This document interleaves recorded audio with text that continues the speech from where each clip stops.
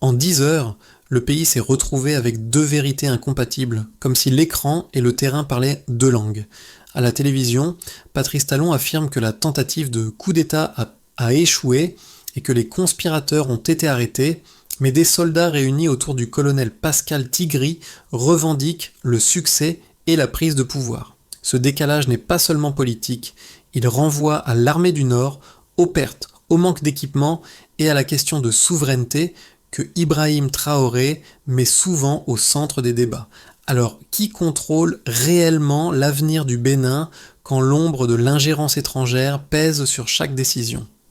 Cette analyse promet une chose précise, clarifier ce qui se joue réellement derrière la crise béninoise, au-delà des déclarations officielles et des communiqués militaires.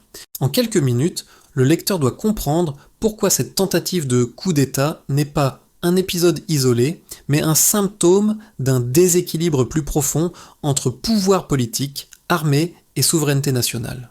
L'enjeu immédiat est double, stabilité institutionnelle à court terme, crédibilité de l'État à moyen terme, dans un contexte où la sécurité au nord du pays reste fragile face aux groupes armés. Mais le risque majeur dépasse la seule question du pouvoir. Il touche à la confiance rompue entre soldats et dirigeants et à la perception d'une dépendance persistante vis-à-vis de forces étrangères. Comprendre cette crise, c'est aussi mesurer comment des interventions extérieures, présentées comme des garanties d'ordre, peuvent être vécues comme une négation de l'autonomie nationale. Ce texte s'attache donc à démêler faits, contradictions et conséquences concrètes pour l'État, l'armée et la population, sans dramatisation inutile, car ce qui se joue au Bénin pourrait annoncer des recompositions plus larges dans la région ouest africaine. À peine 10 heures après l'annonce d'un coup d'État avorté, deux récits incompatibles se sont installés durablement dans l'espace public béninois. Ce délai très court suffit à montrer que la crise ne relève pas d'un simple malentendu de communication, mais d'une fracture déjà ancienne entre le sommet de l'État et une partie de son appareil sécuritaire. Officiellement, le président Patrice Talon affirme avoir repris le contrôle, arrêté les conspirateurs et rétabli l'ordre institutionnel. Dans le même temps, le colonel Pascal Tigri et les soldats du comité militaire pour la refondation déclarent que leur action a abouti et qu'ils entendent gouverner au nom de la dignité militaire et de la souveraineté nationale. Cette contradiction immédiate brouille les repères et alimente un climat d'incertitude politique. Au cœur du problème, selon les militaires, se situe dans le nord du pays. Là, des unités sont engagées contre des groupes armés mieux équipés, sans disposer de matériel suffisant ni de soutien logistique adéquat. Les soldats décrivent une situation où ils ne combattent plus pour une stratégie nationale claire, mais pour leur propre survie quotidienne. Cette perception d'abandon a progressivement transformé un malaise professionnel en rupture politique. C'est dans ce contexte que la référence à Ibrahim Traoré apparaît régulièrement dans les discours et les comparaisons régionales. Son nom sert de point d'ancrage symbolique à une idée, celle d'un leadership militaire qui prétend rompre avec la dépendance extérieure et replacer la souveraineté au centre des décisions. Sans être directement impliqué, Ibrahim Traoré incarne pour certains soldats béninois une alternative possible à la gestion jugée déconnectée du pouvoir civil. La crise béninoise s'inscrit aussi dans un cadre géopolitique plus large. L'intervention rapide de la France et du Nigeria, présentée comme un soutien à la stabilité, est perçue par les mutins comme une ingérence aggravante. Cette perception renforce le sentiment que la question du Bénin dépasse ses frontières et touche à l'équilibre régional. Dès lors, une question centrale se pose. S'agit-il d'un épisode isolé ou du signal d'un basculement durable dans la relation entre armée, pouvoir et souveraineté? Pour comprendre comment cette crise se matérialise concrètement, il faut quitter les communiqués et regarder les trajectoires individuelles qui rendent la situation plus lisible. Le colonel Pascal Tigri sert ici de fil conducteur, non comme figure héroïque, mais comme porte-voix d'un malaise accumulé au sein de l'institution militaire. Son discours ne s'articule pas autour d'une ambition personnelle affichée, mais autour d'un constat répété. Des soldats envoyés au front sans moyens suffisants. Dans le nord du Bénin, cette situation a des effets immédiats. Les militaires décrivent des patrouilles sous-équipées, une fatigue morale croissante et un sentiment d'exposition permanente face à des groupes armés mieux préparés. Ces conditions transforment chaque opération en pari risqué et alimentent une défiance profonde envers les décisions venues de la capitale. L'impact n'est donc pas abstrait, il touche directement la sécurité quotidienne et la cohésion des unités. Du côté civil, les premières de conséquences apparaissent sous forme d'inquiétudes diffuses. Les populations locales, déjà confrontées à l'insécurité, perçoivent le conflit entre pouvoir politique et armée comme un facteur supplémentaire d'instabilité. Les commerçants hésitent, les déplacements se réduisent et l'incertitude devient un frein silencieux à la vie économique régionale. Ce qui rend cette phase précoce décisive, c'est la rapidité avec laquelle la crise déborde le cadre strictement militaire.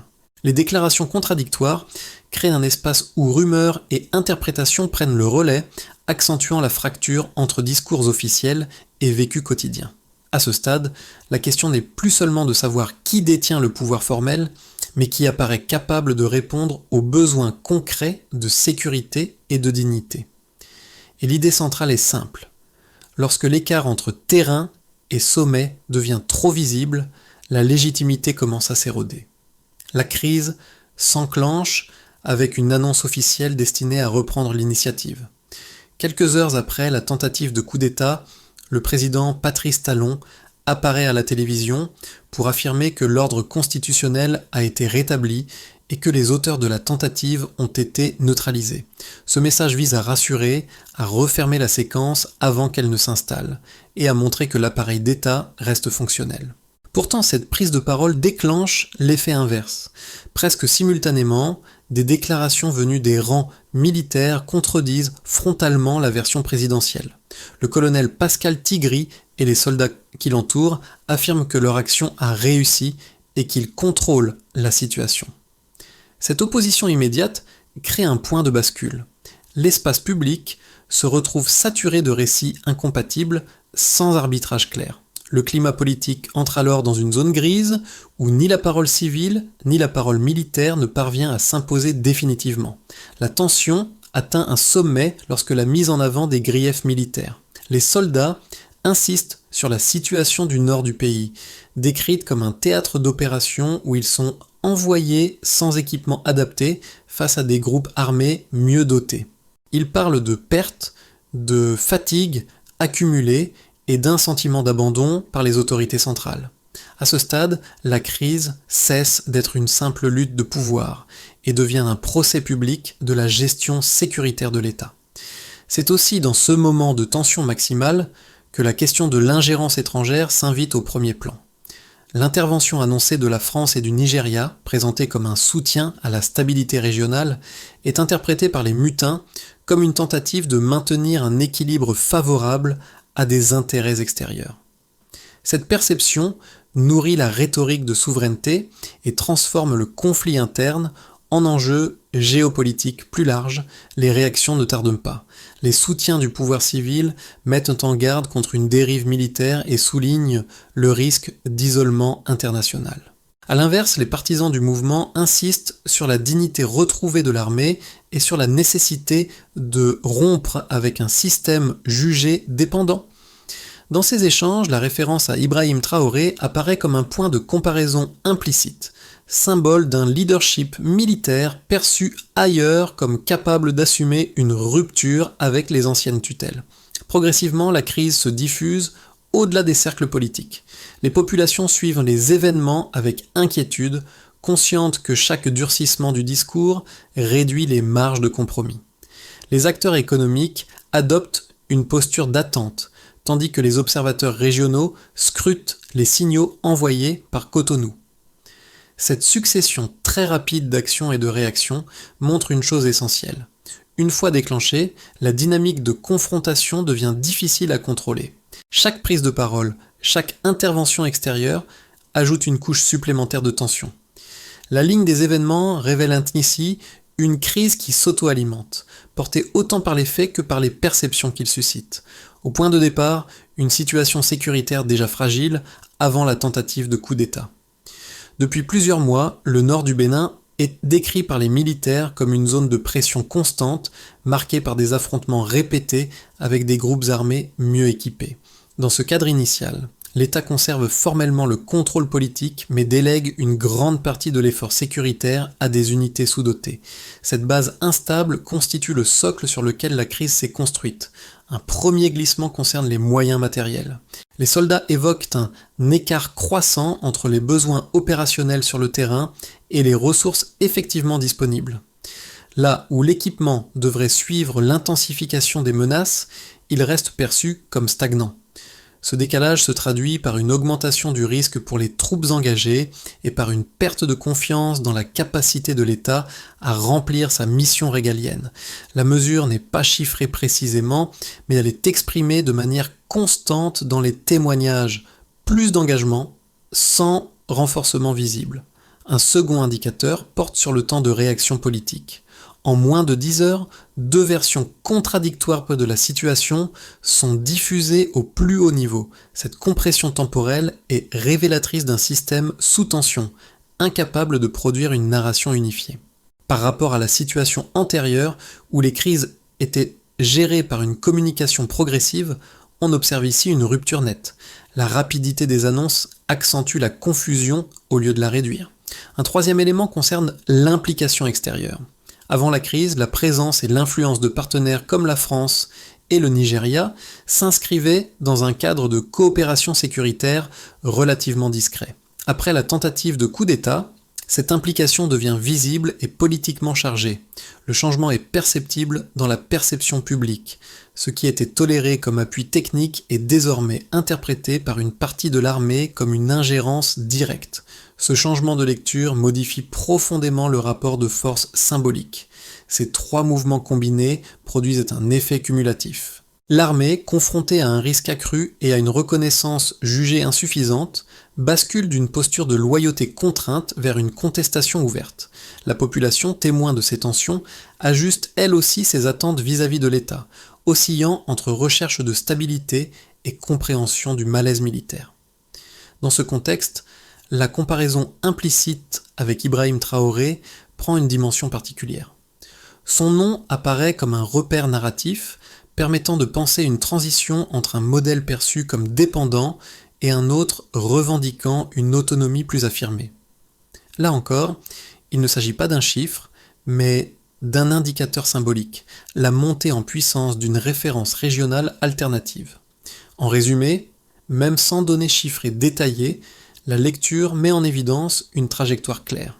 À partir d'un équilibre fragile, chaque variation, moyen, communication, ingérence perçue, accentue la probabilité de rupture. La crise n'est donc pas un accident isolé, mais le résultat mesurable d'écarts accumulés entre attente et réalité. Du point de vue des autorités civiles et de leur soutien, deux arguments principaux sont avancés pour rejeter la légitimité du mouvement militaire. Le premier concerne la stabilité institutionnelle. Selon cette lecture, toute tentative de prise de pouvoir par l'armée fragilise l'État, affaiblit les institutions et ouvre la voie à une instabilité prolongée. Dans un contexte régional déjà marqué par des crises sécuritaires, un précédent militaire risquerait d'encourager d'autres ruptures et de réduire la capacité du pays à coopérer avec ses partenaires. Le second argument met en avant le risque d'isolement international. Les soutiens du pouvoir estiment qu'un basculement militaire entraînerait des sanctions diplomatiques, une suspension de certaines aides et une perte de crédibilité auprès des acteurs économiques. Cette perspective est présentée comme un coup direct pour la population, susceptible d'aggraver les difficultés sociales et économiques. Dans cette logique, même imparfaite, la continuité du pouvoir civil serait préférable à une rupture brutale. Ces arguments méritent d'être pris au sérieux car ils reposent sur des précédents observés ailleurs dans la région. Cependant, les militaires et leurs partisans opposent une réponse structurée. Ils soulignent d'abord que la stabilité invoquée est largement formelle et qu'elle masque une dégradation progressive de la sécurité sur le terrain. Une stabilité qui n'empêche ni les pertes humaines ni l'insécurité croissante perd, selon eux, sa valeur pratique. Sur la question de l'isolement international, la réponse s'appuie sur un constat empirique. Le soutien extérieur au pouvoir en place n'a pas empêché la situation actuelle d'émerger. Autrement dit, la coopération internationale telle qu'elle existe n'a pas corrigé les failles dénoncées.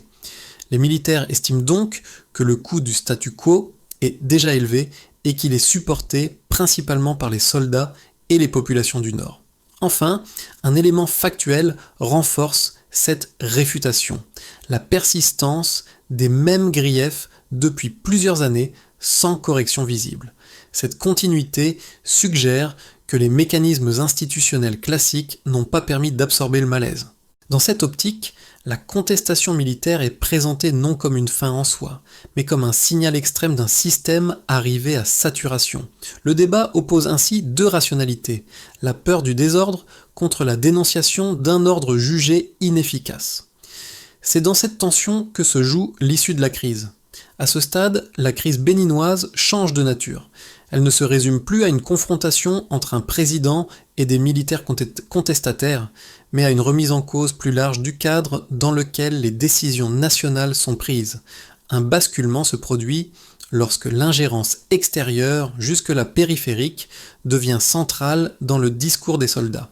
La présence active de la France et du Nigeria cesse d'être perçue comme un simple appui et se transforme en symbole d'un déséquilibre structurel. Cette relecture modifie la compréhension de l'ensemble des événements précédents.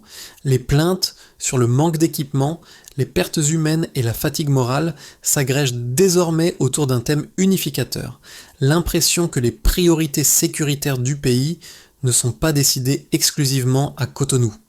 Dans ce cadre, la souveraineté n'est plus un concept abstrait, mais une question opérationnelle, liée directement aux conditions de vie et de combat des soldats. C'est ici que la figure d'Ibrahim Traoré prend tout son sens symbolique. Son nom circule comme une référence régionale illustrant la possibilité, réelle ou supposée, d'un recentrage des décisions stratégiques vers l'intérieur. Sans imitation mécanique, cette comparaison alimente l'idée qu'un autre chemin est envisageable. L'idée qui s'impose est la suivante. La crise n'oppose pas seulement des acteurs, elle oppose deux visions de l'État.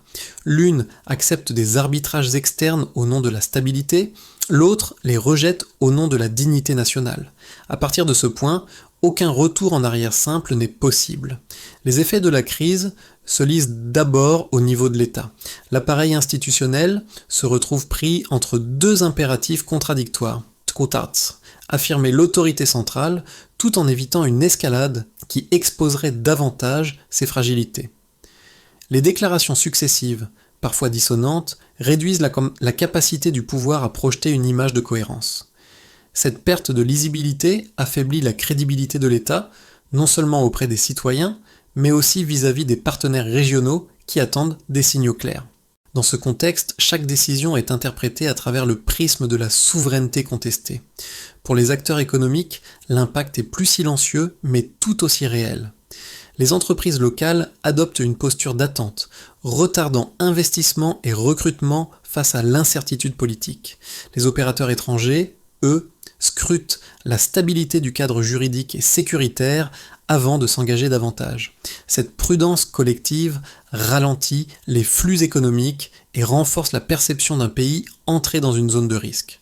Même sans chiffres précis, le mécanisme était connu. L'incertitude politique agit comme un frein immédiat à l'activité. Du côté des citoyens, les conséquences se traduisent par une inquiétude diffuse.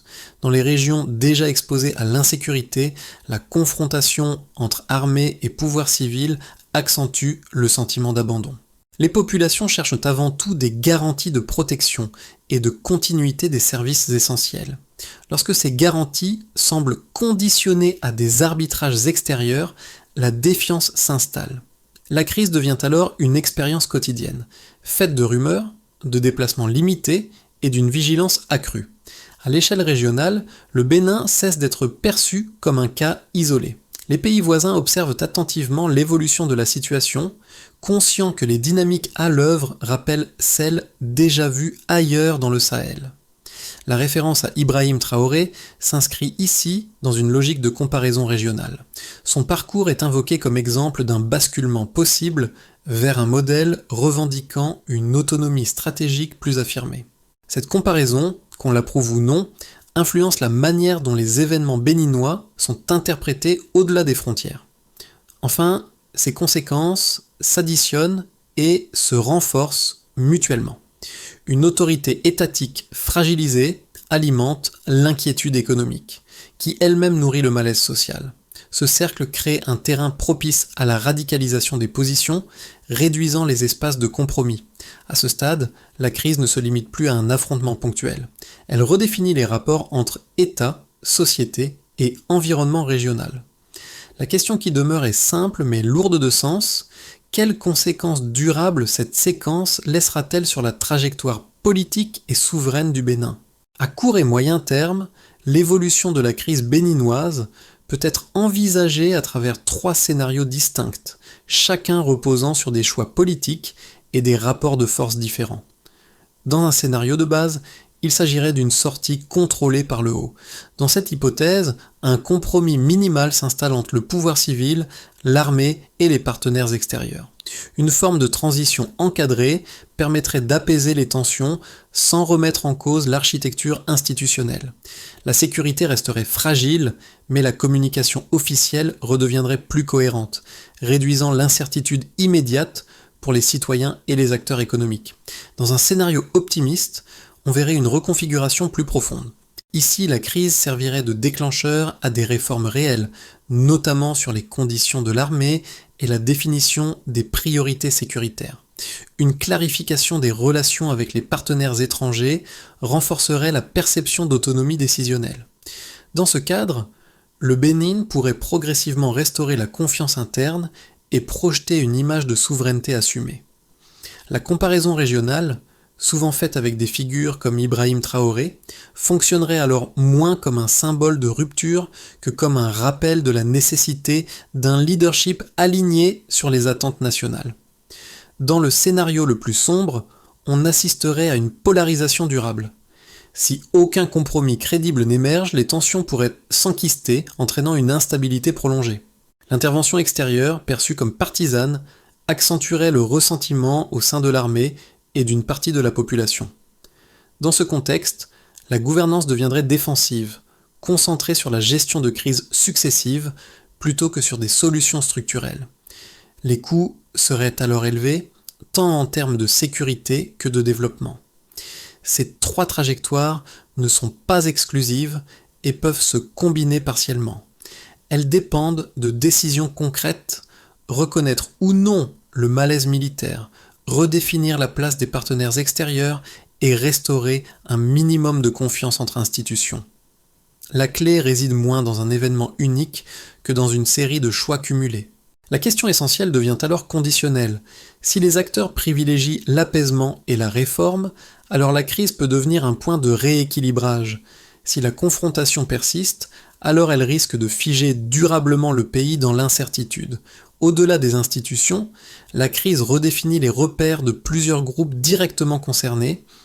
Pour les citoyens des zones exposées, l'enjeu principal reste la sécurité immédiate. Les débats politiques leur importent moins que la capacité concrète de l'État à protéger les déplacements, l'accès au marché et la continuité des services essentiels. Lorsque les messages officiels divergent, la priorité devient l'adaptation, éviter certains axes, réduire les activités à risque, s'appuyer davantage sur des réseaux locaux d'entraide. Pour les familles de militaires, l'impact est plus intime. Les récits de sous-équipement et de fatigue prolongée nourrissent un sentiment d'inquiétude et parfois de colère. La crise agit alors comme un révélateur d'une reconnaissance jugée insuffisante. Dans ce contexte, les appels à la dignité et à la souveraineté trouvent un écho particulier, non par idéologie, mais par expérience vécue. Les jeunes urbains, souvent connectés aux débats régionaux, interprètent la situation à travers des comparaisons. Ils observent les trajectoires voisines, évaluent les discours sur l'autonomie et mesurent les coûts potentiels de l'instabilité. Leur position est moins tranchée, oscillant entre aspiration à un changement perçu comme nécessaire et crainte d'un avenir bloqué par les sanctions ou la fermeture économique. Enfin, pour les acteurs locaux, élus ou responsables communautaires, la crise impose une posture d'équilibriste. Ils doivent maintenir le dialogue, éviter les prises de position irréversibles et préserver un minimum de cohésion sociale. Leur marge de manœuvre est étroite, mais leur rôle devient central pour amortir les chocs. Dans ce paysage fragmenté, 2 gestes simples s'imposent: chercher des informations croisées plutôt qu'un seul récit, et privilégier les espaces de discussion locale pour éviter l'escalade des rumeurs. Ces ajustements modestes ne résolvent pas la crise, mais ils réduisent ses effets les plus déstabilisants sur le quotidien. Une sortie durable de la crise suppose une feuille de route lisible, articulée autour de quelques étapes vérifiables plutôt que de déclarations générales. D'abord, il s'agit de la reconnaissance formelle du malaise militaire. Il s'agit d'un acte politique clair, porté par l'exécutif, qui admet publiquement les difficultés opérationnelles rencontrées par les soldats, notamment dans le nord du pays. Ici, l'élément vérifiable est simple: l'existence d'un engagement écrit et d'un calendrier de suivi. Ensuite, il s'agit d'améliorer les conditions matérielles et organisationnelles. Sans promettre l'impossible, l'État peut définir des priorités précises en matière d'équipement et de soutien logistique. Le succès se mesure non par des annonces, mais par des livraisons effectives et des rotations mieux planifiées. Cette étape répond directement au cœur des griefs exprimés. Puis, il s'agit de clarifier les partenariats extérieurs. Redéfinir le cadre de coopération avec la France et le Nigeria en le rendant plus transparent permettrait de réduire la perception d'ingérence. Ici, le repère le plus clair est la visibilité des termes de coopération et leur validation par des instances nationales, civiles ou mixtes. Après cela, il s'agit d'installer un dialogue institutionnel, un mécanisme de concertation entre pouvoir civil, hiérarchie militaire et représentants locaux peut être mis en place pour traiter les tensions avant qu'elles ne dégénèrent. La régularité des réunions et la publication de synthèses constituent des repères mesurables. Enfin, il s'agit de restaurer la confiance publique. Cela passe par une communication cohérente et continue, évitant les messages contradictoires. Dans cette séquence, la référence à Ibrahim Traoré continue de fonctionner comme un miroir régional, rappelant que la légitimité se construit autant par les actes que par le discours. Cette feuille de route n'offre aucune garantie absolue. Elle fournit cependant un cadre où chaque acteur peut être évalué non sur ses intentions, mais sur des résultats observables. Au fil de cette crise, un même motif revient sans cesse: l'écart entre ce qui est dit au sommet et ce qui est vécu sur le terrain. Les déclarations officielles promettent l'ordre et la stabilité, tandis que les soldats décrivent l'usure, le manque et l'exposition permanente au danger. Cette dissonance, déjà perceptible au début, s'est progressivement transformée en ligne de fracture centrale.